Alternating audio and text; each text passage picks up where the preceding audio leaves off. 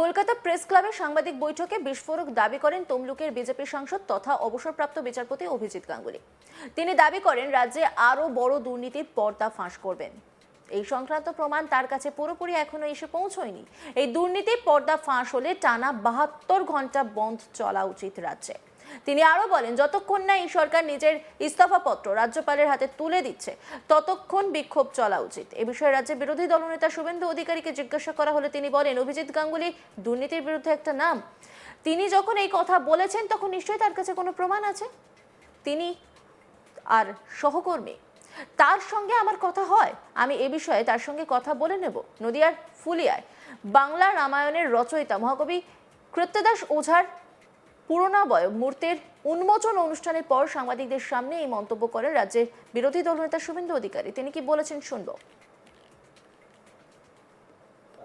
উনি যে নামটা লিখেছেন সেই নামটাই বিজেপি এলে মোছা হবে, বাবরের নাম লেখা যাবে না। উনি টাকা আছে মসজিদ বানান না, 100 টাকা না, কোনো আপত্তি নেই, বাবরের নাম লিখতে দেবো না। কিছুদিনের মধ্যে রাজ্যে বড় কেলেঙ্কারি আসতে চলেছে, কিছুদিনের মধ্যে রাজ্যের বড় কেলেঙ্কারি সামনে আসতে চলেছে। সেটা আসলে রাষ্ট্রপতি শাসন করা উচিত, না হলে বন্ধ করতে হবে বলছেন অভিজিৎ গাঙ্গুলি।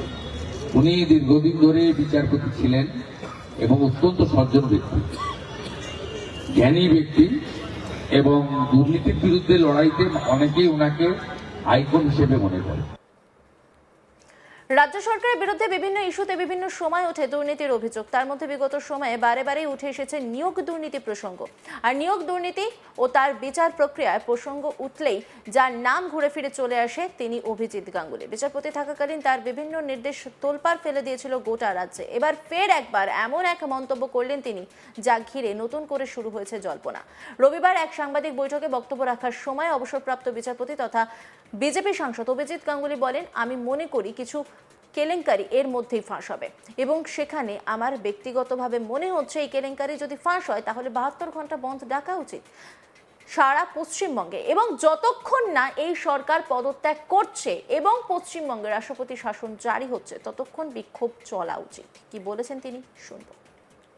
আমার ব্যক্তিগত অভিমত, এই সরকারকে আর একদিনও থাকতে দেওয়া উচিত নয়, কিন্তু যদিও আইনগতভাবে তারা রয়ে যাচ্ছে, তবে আমি আশা করি কিছু কেলেঙ্কারি এর মধ্যেই ফাঁস হবে।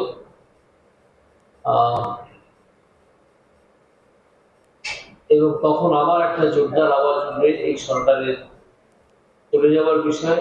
এবং সেখানে আমার ব্যক্তিগতভাবে মনে হচ্ছে এই কেলেঙ্কারি যদি ফাঁস হয় কয়েকদিনের মধ্যে, তাহলে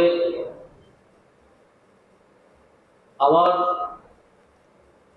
মত এই, যেটা আমি প্রকাশ করেই দিচ্ছি, যে টানা 72 ঘন্টা বন্ধ ডাকা উচিত সারা পশ্চিমবঙ্গে, এবং যতক্ষণ না এই সরকার পদত্যাগ করছে, সরকারের মুখ্যমন্ত্রী পদত্যাগ করছেন, পদত্যাগপত্র জমা দিচ্ছেন রাজ্যপালের কাছে, এবং পশ্চিমবঙ্গের রাষ্ট্রপতির শাসন জারি হচ্ছে, ততক্ষণ আমাদের বিক্ষোভ চলা উচিত।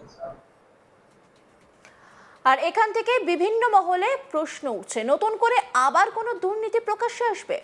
যদিও আদৌ তেমন কিছু ঘটে কিনা তা অবশ্য বলবে সময়। আর এই নিয়ে একটি রিপোর্ট তুলে ধরেছেন আমার কলিগ, দেখব। কলকাতা প্রেস ক্লাবে সাংবাদিক বৈঠক করে তমলুকের বিজেপি সাংসদ অভিজিৎ গঙ্গোপাধ্যায় তিনি বিস্ফোরক অভিযোগ করলেন। তিনি বললেন যে এ রাজ্যের শাসক দলের বিরুদ্ধে তিনি আরও বড় দুর্নীতির পর্দা ফাঁস করবে, এবং তার এই মন্তব্যে ইতিমধ্যেই গোটা রাজনৈতিক মহলে একেবারে আলোড়নের সৃষ্টি হয়েছে। আমরা যারা দেখলাম যে তিনি কলকাতা প্রেস ক্লাবে একটি সাংবাদিক বৈঠক করলেন, এবং সেই সাংবাদিক বৈঠক করে তিনি বলেছেন যে তার কাছে এমন কিছু বিষয় এই রাজ্য সরকারের সম্পর্কে তার কাছে তথ্য আছে, তিনি যদি সেই তথ্য ফাঁস করে তাহলে এ রাজ্যে 72 ঘন্টা বাংলা বন্ধ পর্যন্ত করতে হবে। তার এই মন্তব্য এবং তার এই মন্তব্যের পর রীতিমতো গোটা রাজনৈতিক মহলে ফের কিন্তু চর্চা তৈরি হয়েছে, এবং তিনি বলেছেন যে ফের তিনি এ রাজ্য সরকারের বিরুদ্ধে একটি বড় দুর্নীতি তিনি পর্দা ফাঁস করবেন। অন্যদিকে তিনি আরো বলেন, যতক্ষণ না পর্যন্ত এই সরকার ইস্তফাপত্র রাজ্যপালের হাতে তুলে দিচ্ছে ততক্ষণ পর্যন্ত তিনি আন্দোলন চালিয়ে যাবে।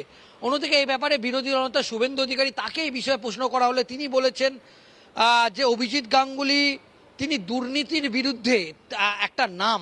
তিনি যখন বিচারপতি ছিলেন সেই সময় রাজ্য সরকারের একাধিক দুর্নীতি তিনি সামনে নিয়ে এসেছিলেন এবং তিনি যেহেতু বলেছিলেন তাহলে নিশ্চয়ই তার কাছে এরকম বড় কিছু এভিডেন্স আছে যেটা তিনি সংবাদ মাধ্যমের সামনে তিনি ফাঁস করবে।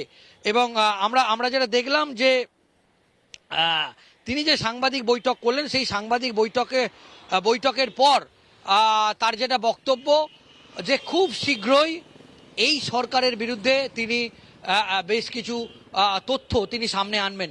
অন্যদিকে আমরা জানি যে তার এই বক্তব্যের পর তৃণমূল কংগ্রেস বা কুণাল ঘোষ তৃণমূল কংগ্রেসের মুখপাত্রের পক্ষ থেকে বলা হচ্ছে যেটা এটা একটা পলিটিক্যালি বা রাজনৈতিক গিমিক। এখনো তৃণমূল কংগ্রেসের পক্ষ থেকে বলা হচ্ছে যে অভিজিৎ গাঙ্গুলি তিনি একজন কেবলমাত্র একজন সামান্য একজন সাংসদ, কিন্তু তার আচরণ এমন, তিনি নিজেকে ভাবছেন যে তিনি এখনো বিচারপতি আছে, এটা ইতিমধ্যেই তৃণমূল কংগ্রেসের পক্ষ থেকে বলা হয়েছে। অন্যদিকে তৃণমূল কংগ্রেসের পক্ষ থেকে স্পষ্ট বলা হচ্ছে যে তিনি যখন বিচারপতি ছিলেন এবং বিচারপতি থাকার পর তিনি যে অর্ডারগুলো দিয়েছিলেন সেই প্রত্যেকটা অর্ডার কিন্তু একটা রাজনৈতিক দলের কথাতে তিনি এই অর্ডারগুলো দিয়েছিলেন, সেটা এখন পুরোপুরিভাবে সেই বিষয়গুলো স্পষ্ট হচ্ছে। এবং তিনি এটা একটা পলিটিক্যালি গিমিক এবং তিনি তার কাছে যদি কোনো দুর্নীতির প্রমাণ থাকবে তাহলে তিনি সরাসরি কেন প্রকাশ্যে আনলেন না, তিনি কেন এটা জানালেন যে 72 ঘন্টা এমন কি জিনিস আছে যেটার জন্য 72 ঘন্টা বাংলা বন্ধ হবে এ রাজ্যে। এমনকি তৃণমূল কংগ্রেসের পক্ষ থেকে এটা বলা হচ্ছে যে তৃণমূল কংগ্রেসের বেশ কয়েকজন আছে যারা একটা সময় তৃণমূল কংগ্রেস করতেন, কিন্তু তারা এখন বিজেপিকে হাওয়া দেওয়ার চেষ্টা করছে, তারা এখন বিজেপি টিকিটে ভোটে লড়তে চাইছে। কিন্তু এই সমস্ত করে মমতা বন্দ্যোপাধ্যায় বা তৃণমূলকে কোনোভাবেই লঘু করা যাবে না, এটাও তৃণমূল কংগ্রেসের পক্ষ থেকে বলা হয়েছে।